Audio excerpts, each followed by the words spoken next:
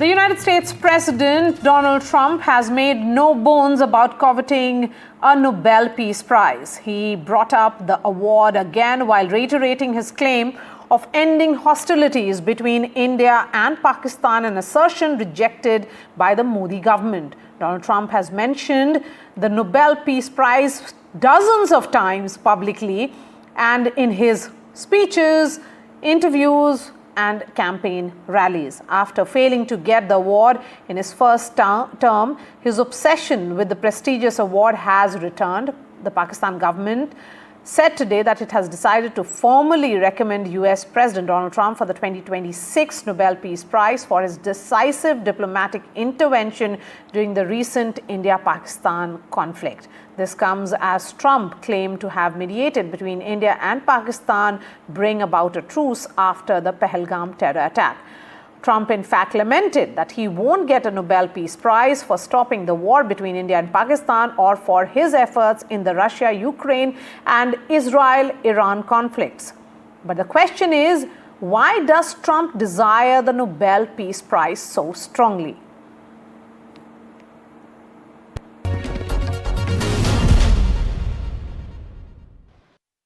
I want to start with the very specific because we're talking about Modi-Trump. Because yesterday was a day full of events. There was a 35-minute phone call, which I'm sure you've heard about, while Prime Minister Modi was at the G7 and Trump had dialed him. Shortly thereafter, there was a lunch that the US president held for Pakistan's army chief. But I want to ask you first about that lunch for the Pakistan army chief, that came yesterday and became a huge talking point. What did that look like to you? I think it was the president's personal decision to host the lunch. I'm not quite sure there was a universal consensus within his own administration on the wisdom of doing this. But President Trump is, as we know, an eclectic personality. He fancies himself a peacemaker. He genuinely believes that during the most recent India-Pakistan crisis, his administration and he himself personally had a very important role to play in the making of the ceasefire. And so I think he saw the lunch with General Munir, Field Marshal Munir, as an opportunity to sort of build on what he believes he achieved. And the reason why I think he invited the Prime Minister was this hope, this fanciful hope, that they could all three be at a table together. They could hash out all the outstanding issues, and that he would come out at the end of it burnished in his reputation as a peacemaker. Because this lunch that the president had with General Field Marshal Munir, Dr. Tellis, was, after that 35-minute phone call where the Indian Prime Minister is said to have very clearly stated that the ceasefire after Operation Sindoor was something that India had achieved by virtue of its military actions, and it had nothing to do with trade deals or mediation, and that India didn't need any mediation. And a short while thereafter, you saw Trump pretty much owning that ceasefire once again and saying, this was all me. What did you think of that? Again, brand Trump signature. This is the world of Trump. This is how he operates.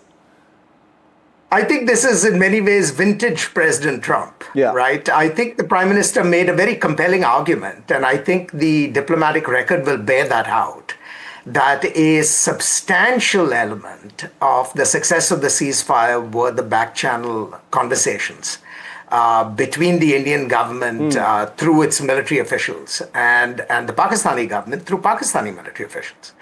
The US did play a role. Certainly, I think Secretary Rubio was a very, very useful interlocutor to both sides. But for us to claim credit that this was somehow magically, our contribution, I think exaggerates our role. But, you can't keep a good man down, and you can't keep President Trump from his very strongly held beliefs about his own role in the matter. So I think even though the Prime Minister really attempted to walk him through the sequence of events, I'm not sure it is going to have a lasting impact. So the question that I wish to ask on the show tonight, why is Donald Trump so desperate for a Nobel? And the question is, why does he desire this so strongly? Dr. Brahma Chelani, strategic affairs expert, he joins me live. We also have Robert Moran. He is an author and a partner at Brunswick Group. He joins me from Washington, D.C. Mr. Moran, let me begin with you. Why is the U.S. president seeking a validation for what he claims he has done? Well, I think there's a couple of things here. I think the first thing is that the president has always been opposed to military conflict. He's spoken about this for years. It's been part of his platform, ending conflicts. And so this is something he cares deeply about. I think the second thing is, yes, he's talked about receiving the Nobel Prize or hoping to receive the Nobel Prize for a very long time. So it's clear that this is something he wants. And I think it's probably something that many presidents would want to burnish their reputation. I think that's fairly obvious. The last point I would make, though, is that I think the jury is still very much out on all of this. You know, if you look at presidents that have received the Nobel Prize, they have historically been the key person in ending a major conflict. And so you had Theodore Roosevelt end the Russian-Japanese War, or help to end the Russian-Japanese War.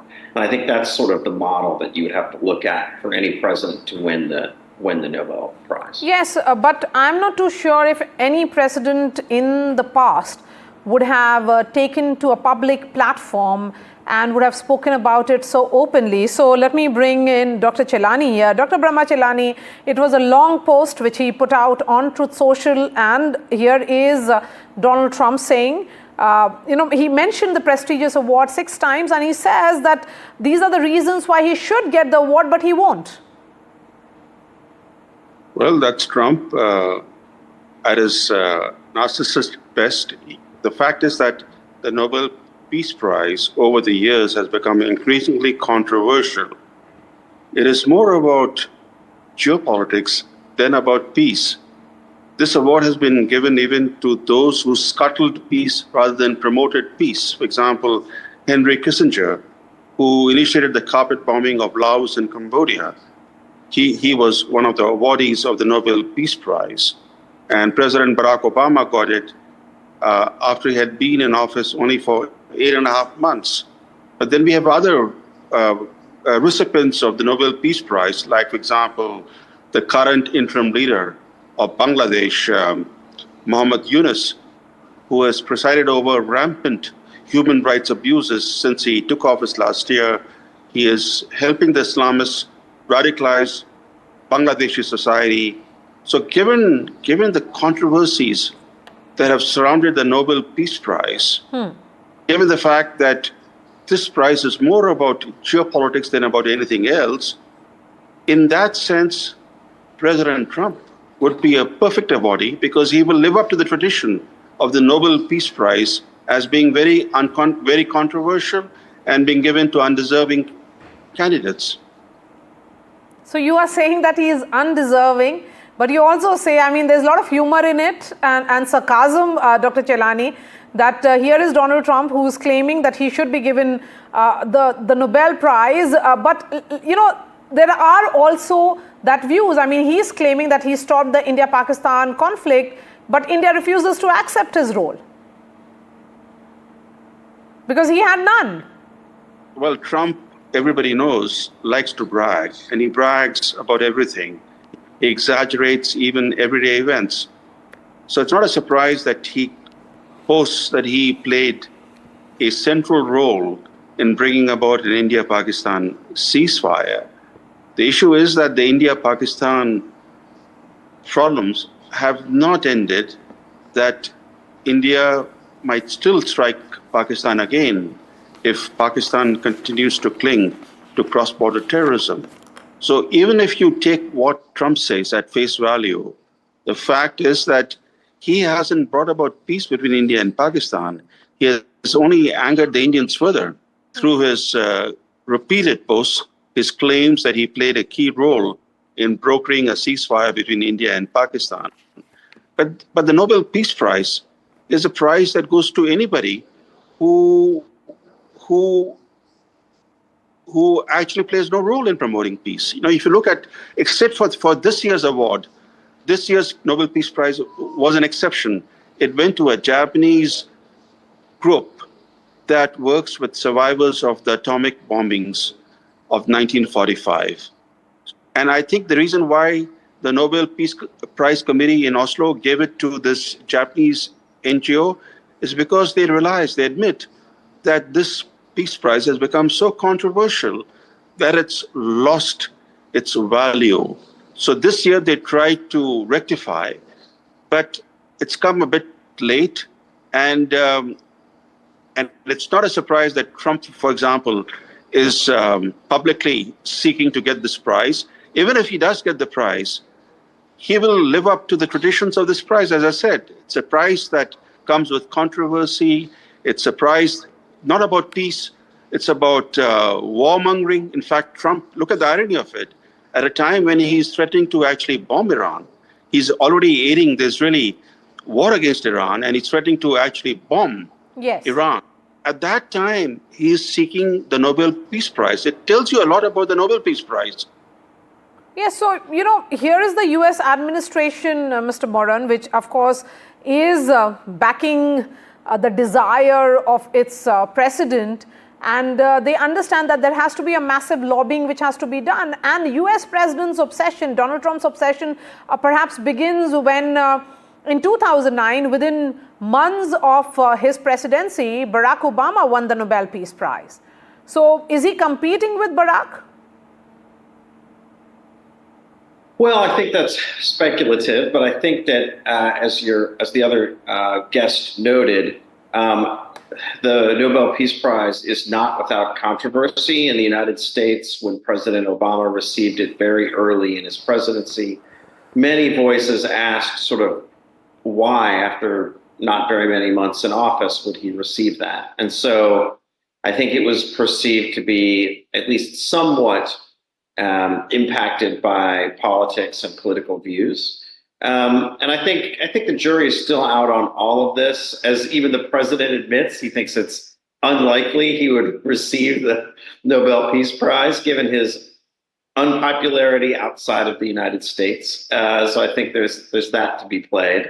But we'll see. I mean, we have a number of conflicts that he could play a role in working to reduce or end. And his presidency is still very young. But, Mr. Moran, the question really is, does he really deserve it? Because let's not forget that in all these conflicts, Donald Trump has actually aligned America with the aggressors.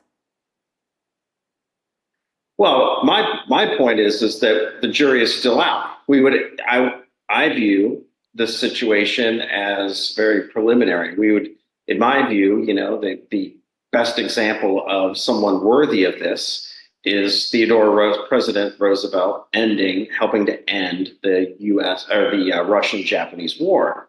And so I think that it would have to be on something like that, a scale like that, for him to be worthy of it. And I don't think we're there yet.